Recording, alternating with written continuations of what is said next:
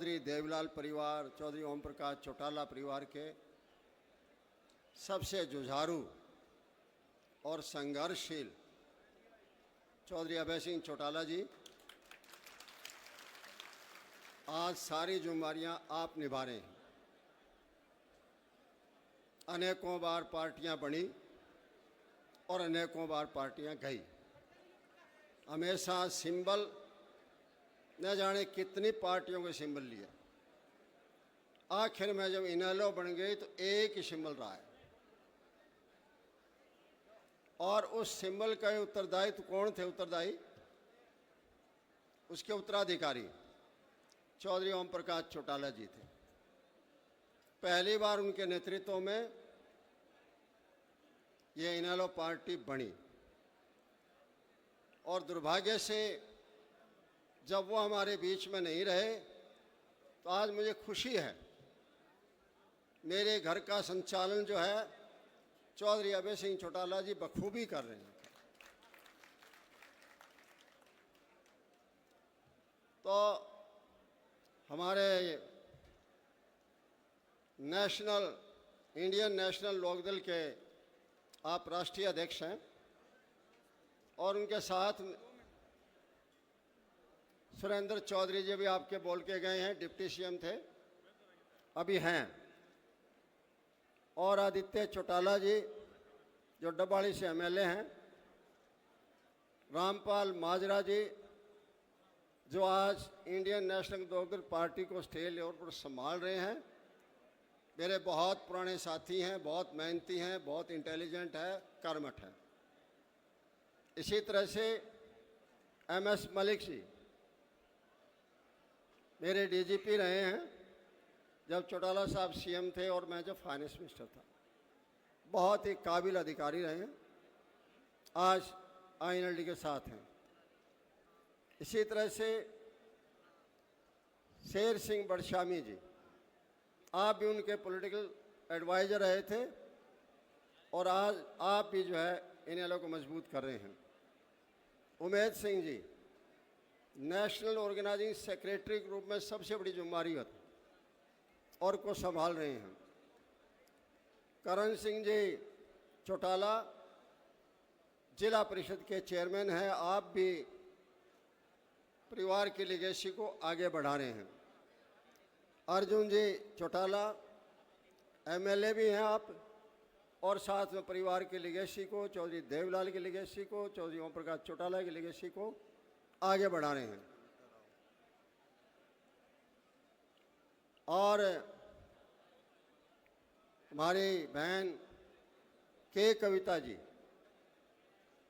जिनके फादर केशियार नाम से जाने जाते हैं, के चंद्रशेखर राव, आज से 2-3 साल पहले 10 साल तक तेलंगाना के मुख्यमंत्री रहे हैं, उनकी बेटी थी।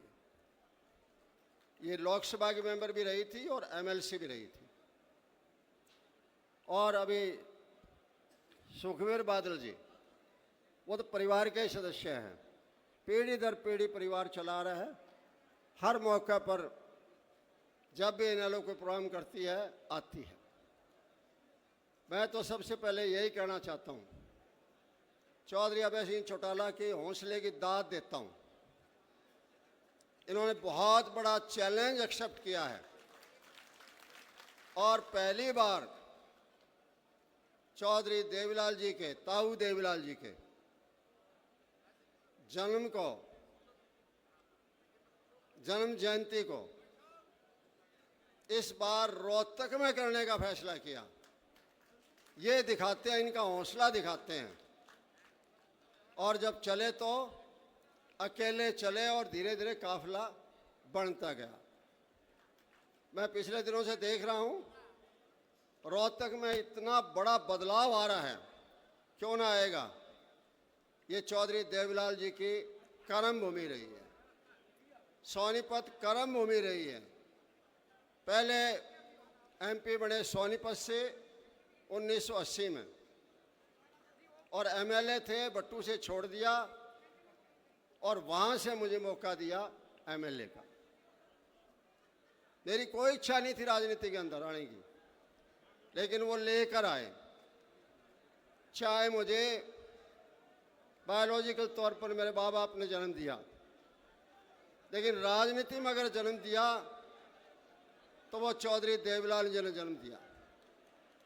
मुझे कई जगह से खबरें आई कि प्रोफेसर साहब आप जा रहे हो इनेलो की रैली में, भैया ये चौधरी देवीलाल का जन्मदिन मनाया जा रहा है और संपत बुलाने के बाद वहां जाने से नहीं रुकेगा।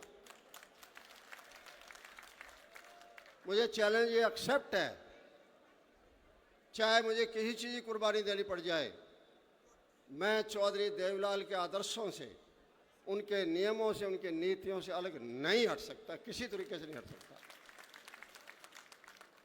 और उसी चीज़ को आज चौधरी अभय सिंह जी चौटाला आगे लगा रहे। क्यों ना हूं मैं इनको इस बात का आशीर्वाद देने के लिए कि आप उनकी लेगेसी को जो आगे बढ़ा रहे हो और लोग जो तैयार हो रहे हैं, ये आपके प्रति लोगों का प्रेम है, इसलिए तैयार हो रहे हैं। चौधरी देवीलाल जी का जन्म को सम्मान दिवस रूप के अंदर मनाना और उस सम्मान दिवस पर इतना बड़ा कार्यक्रम कर देना, चुनाव के बाद पहला ये कार्यक्रम है। आज तक किसी दूसरी पार्टी की हिम्मत नहीं पड़ी है, जो बहुत अपने बारे में कुछ कहते थे, लेकिन जब फिरने लगे और जब लोकतक के लोग इनके साथ लगने लगे, उन लोगों के पेट में मरोड़े उठने लग गए। मैं आपसे एक बात पूछना चाहता हूं, जवाब देना जरूर, ऊंची आवाज से जवाब देना। उन्हीं नेताओं से मैं एक ने कहा कि कोई नहीं जाना रैली में, ये तो अभय सिंह चौटाला नोट दे के बुला रहे हैं। हुआ था ना, वीडियो वायरल हुआ था। इनके बुलाए पर आप ईमानदारी से आए हैं या नोट लेकर आए हैं? ईमानदारी से आए हैं तो हाथ खड़े करके दिखाओ, ताकि ऐसे ठगों को पता लग जाए कि जनता तुम्हारी ठगी में अब नहीं आएगी। चाहे कुछ कर लो, आप ठगी में नहीं आएगी। ये प्यार उमड़ता है, ये लगाव उमड़ता है, और मुझे तो ये कहने में कोई संकोच नहीं है कि आने वाले समय में हरियाणा प्रदेश में बहुत बड़ा बदलाव आएगा, और बदलाव चौधरी अभय सिंह चौटाला के नेतृत्व में आएगा। इसलिए इसकी शुरुआत करने के लिए मैं इनको बार बार शाबाशी देता हूँ, बार बार शाबाशी देता हूँ। कोई मर्द आदमी जो है ना, आकर चौधरी देवीलाल की कर्मभूमि को वापस ले जाने का प्रयास करता है, कोई आसान बात नहीं है। ये कहना आसान होता है, अपने मैदान को खुद तो संभाल लो, पता लग जाएगा कितने लोग आपके साथ हैं। एक दिन करके देख लो, रैली करके देख लो, पता लग जाएगा। ये निरी थापियों से बात नहीं बनने वाली है। ये परात उठाकर दूसरे को डरते दे देने वाली बात नहीं है। ये ईमानदारी की बात है, ये सच्चाई की बात है, और सच्चाई और ईमानदारी के लिए इस देश के लोग किसी बात के लिए कट मरने के लिए तैयार रहते हैं। जहाँ तक चौधरी देवीलाल का सवाल है, मैंने कहा मेरे तो राजनीति में जन्मदाता, मेरे लिए भगवान देवता सब कुछ चौधरी देवीलाल जी थे। काम जैसे एक साधारण परिवार के सदस्य को, जिसकी कोई इच्छा नहीं, कोई लेना नहीं, कोई देना नहीं, उसको राजनीति में लेकर आए। लेकर नहीं आए, ऐसी उनकी भावना थी, ऐसा उनका जादू था। जब 1982 का चुनाव हुआ, उसमें देखो आप 31 लोकदल के एमएलए थे, 8-9 हम आज़ाद थे, मैं भी आज़ाद था।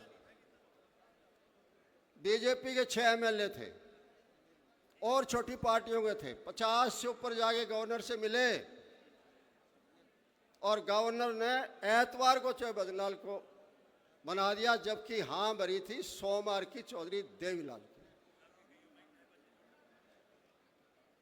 लोक दल के 11 लोग टूट के चले गए उसी टाइम बद्रीलाल के साथ।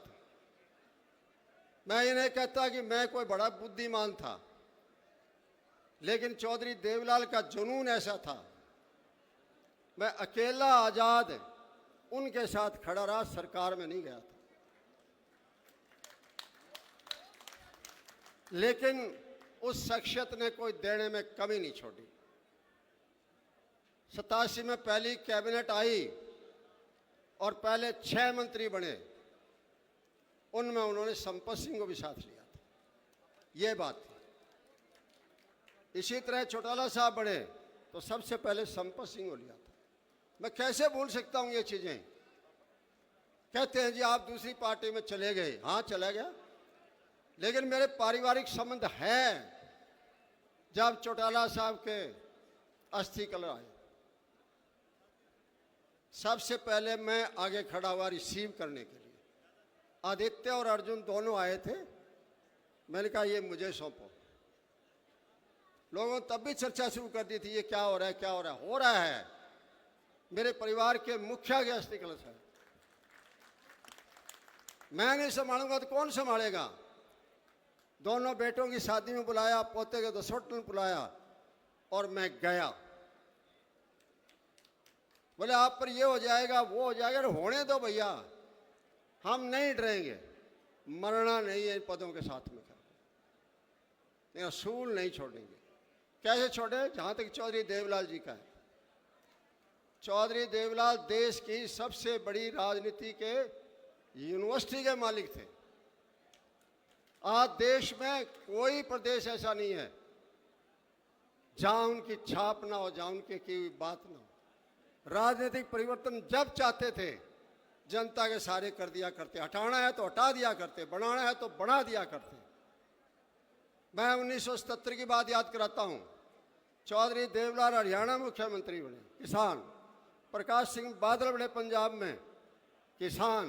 रामनारायण यादव बने यूपी में, राम नरेश, किसान। चिमन भाई पटेल बने बिहार में, किसान। इसी तरह से और स्टेटों में, यहाँ तक कि उड़ीसा में जो है बीजू पटनायक जी बने, भैरव सिंह शेखावत यहाँ राजस्थान में बने। सारे किसानों को बनाने वाले कौन थे? चौधरी देवलाल। और जब भी किसी ने नखरा किया, चैलेंज किया, उसका जवाब दिया। अब रामपाल माजरा जी कह रहे थे, जब चौधरी देवलाल का कभी भी जो है ये मेजोरिटी शो करना, विश्वास मत करना, प्रधानमंत्री कोठी पर नहीं होता है। मुरारी देसाई की कोठी पर किया गया और भजनलाल को जब सीएम बना दिया गया, उसके बाद चौधरी देवलाल रुके नहीं, संघर्ष करते रहे। और कहा क्या कि जिसने मेरी झोंपड़ी की आग लगाई है मैं उसको महल में ही नहीं रहने दूंगा। बताओ कितनी बड़ी बात है। छोटा सा हरियाणा 10 सीट वाला, और उसको नेता कह रहा है कि मैं झोंपड़ी मेरी बाड़ी है, मैं महल में नहीं रहने दूंगा। थोड़े दिनों बाद चरण सिंह को डिप्टी प्राइम मिनिस्टर हटा दिया। उसी दिन कसम खा ली कि मैं चौधरी चरण सिंह को बनाऊंगा और मुरारजी को हटाऊंगा। हो गए। उसके बाद वीपी सिंह को बनाया, देश का प्रधानमंत्री, अपनी पगड़ी उतार के दे दी। कितनी त्याग की मूर्ति थी। कोई त्याग करता है क्या? छोटे से पद का त्याग नहीं करता आदमी, उन्होंने त्याग करके दिखाया। और जब उधर से उन्होंने चौधरी देवलाल को रात को 12-1 बजे सोए के तकिए के नीचे चिट्ठी जारी कर दी, चौधरी देवलाल को हटा लेंगे। उसी टाइम कहा कि हाँ मैं अब इसको हटाऊंगा, हटा दिया। चंद्रशेखर जी को बढ़ा दिया, बाद में देवगौड़ा जी को बनाया। देश में प्रधानमंत्री का निर्माण उनकी फैक्ट्री और उसकी यूनिवर्सिटी से होता था। चीफ मिनिस्टर तो होते थे। और दूसरी बात, चौधरी देवलाल अपने आप में एक ग्रंथ थे। ग्रंथ, अगर उनके ग्रंथ को पढ़ लें, उनकी हिस्ट्री को पढ़ लें, आपको सारा राजनीतिक ज्ञान हो जाएगा। चौधरी देवलाल सोशल इंजीनियरिंग, ये मायावती ने बहुत बाद में किया, ये सोशल इंजीनियरिंग नहीं थी। चौधरी देवलाल सोशल इंजीनियरिंग में बड़ा विश्वास रखते थे।